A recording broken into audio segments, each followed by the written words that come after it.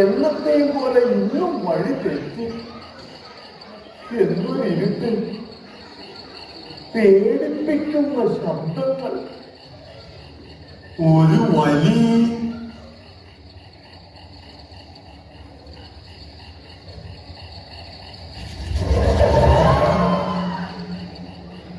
മതിയോ? മതി. ഒരു സിഗരറ്റ് കിട്ടിയിരുന്നെങ്കിൽ തണുപ്പ് മാറ്റാമായിരുന്നു.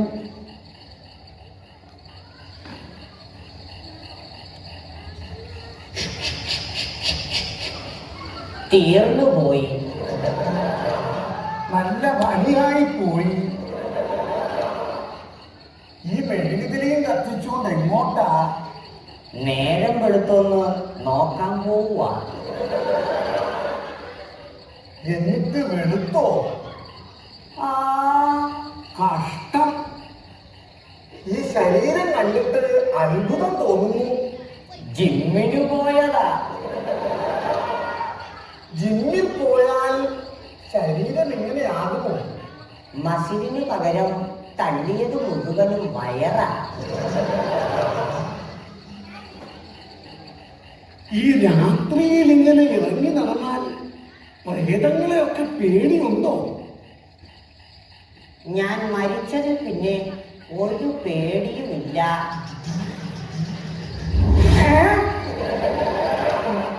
പേടിപ്പിക്കാൻ വേണ്ടി നടക്കുക. ചത്താനും കുഴിയും കിടക്കില്ല.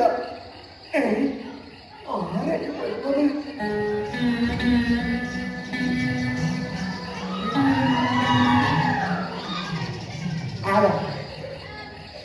ആരാണ് ചോദിച്ചത്?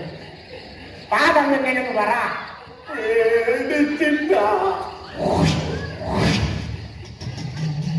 നിങ്ങൾ ഉണ്ടയാ?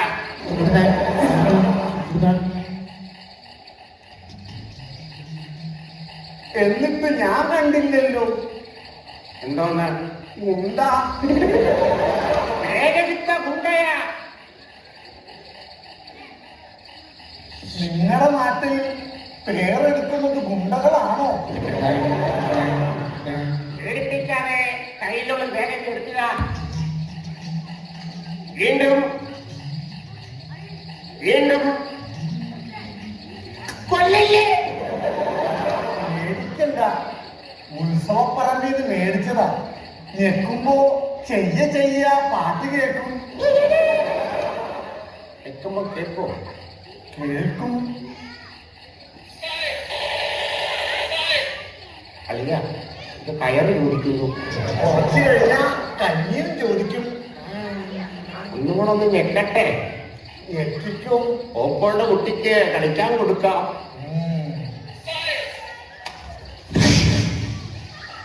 എന്തിനാ തല്ലിയത്?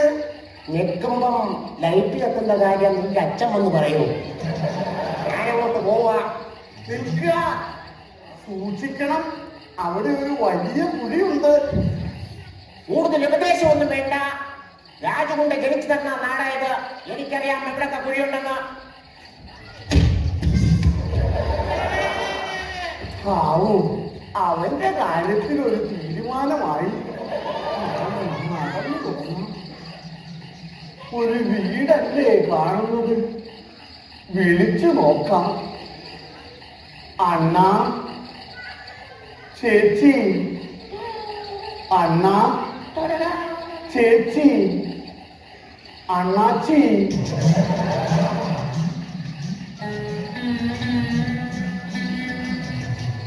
ആരാ? ഉത്സവം കഴിഞ്ഞു വരുന്ന വഴിയാ. വഴി തെറ്റി. ഇന്നേക്ക് രാത്രി ഈ ഉമ്മറത്ത് കിടന്നോട്ടെ. അതിനു മുമ്പ് വല്ലാത്ത ദാഹം. കുറച്ച് വെള്ളം കിട്ടിയിരുന്നെങ്കിൽ. അഗ്നിയിൽ തിളപ്പിച്ചെടുത്ത ജലമുണ്ട്. വേണോ? തണുത്തതാണോ? തണുത്തതേ പൂച്ചു. വരുന്നത് പൂച്ചിക്കോളാമേ. സാവിത്രി അന്തർജനം. ആ വെള്ളവുമായി ഇങ്ങോട്ട് വരിക. സാവിത്രി അന്തർജനം.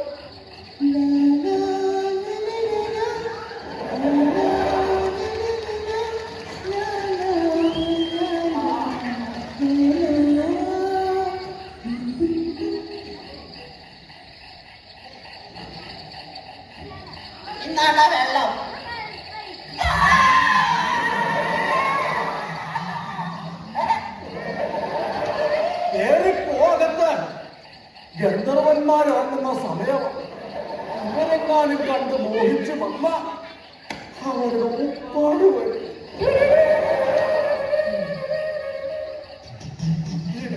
ചേട്ടാ ഈ ജീവി തറവാട്ടിലുള്ള വയസ്സ് 48 പൃഥ്വിരാജിനെ കെട്ടു എന്നൊറ്റ വാശി. പൃഥ്വിരാജിന് അങ്ങനെ തന്നെ വേണം. അവന്റെ ഒരു യോഗം ഈ കാട്ടില് വളർത്തേണ്ടതിനൊക്കെ വീട്ടിലാണോ വളർത്തുന്നത്? പറ്റിപ്പോയി. കിടക്കാനൊരു പായ കിട്ടിയിരുന്നെങ്കിൽ പായ തരാം, പക്ഷേ പുറത്ത് കിടക്കണ്ട. വല്ലാത്ത കൊതുകുണ്ട്, അകത്ത് കിടക്കാം. മൃഗശാലയിൽ ഞാൻ കിടക്കാറില്ല. പുറത്ത് നല്ല തണുവാണ്, അകത്ത് കിടക്കാം.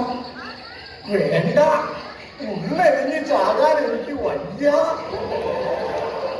പായ വേണം. അമ്പിളി, ആ പായ ഇന്ന് കൊണ്ടുവരിക.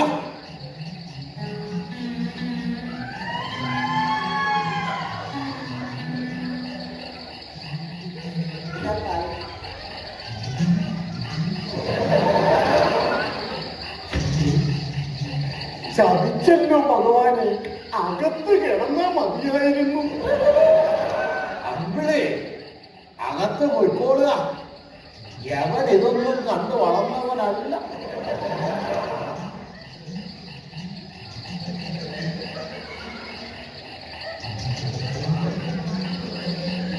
ഗോ,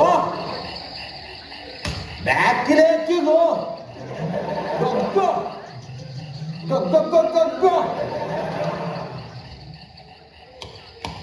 ഇവിടെ എവിടേക്കാ? അകത്ത് ചാച്ചാം, പുറത്ത് ചൂച്ചിയാ മതി. അമ്പിളി ഒറ്റയ്ക്കാ, അമ്പിളി പേച്ചും. അവള് പേച്ചോട്ടെ, നീ ഇവിടെ ചാച്ച്. വേറെന്തെങ്കിലും ആ അമ്പിളിയെ കൂടി കിട്ടിയിരുന്നെങ്കിൽ, അല്ല ഒരു കമ്പിളി കൂടി കിട്ടിയിരുന്നെങ്കിൽ. കമ്പിളി വേണ്ട, ഉള്ള ഉടുമ്പ് തൂരി പുതച്ചാ മതി.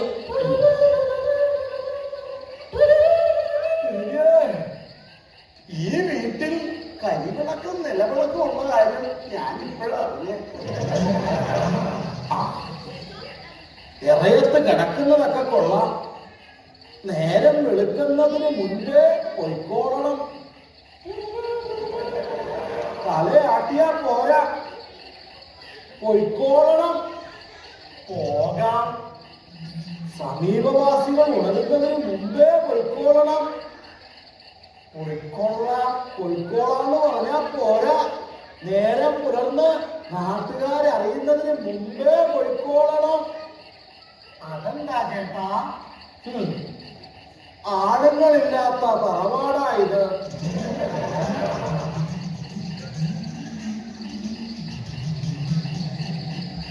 അപ്പൊ ചേട്ടൻ ഒരു 10 മിനിറ്റ് ഞാനും നോക്കി ആ കടലിന്റെ അപ്പുറത്ത് കാണുന്നതല്ലേ.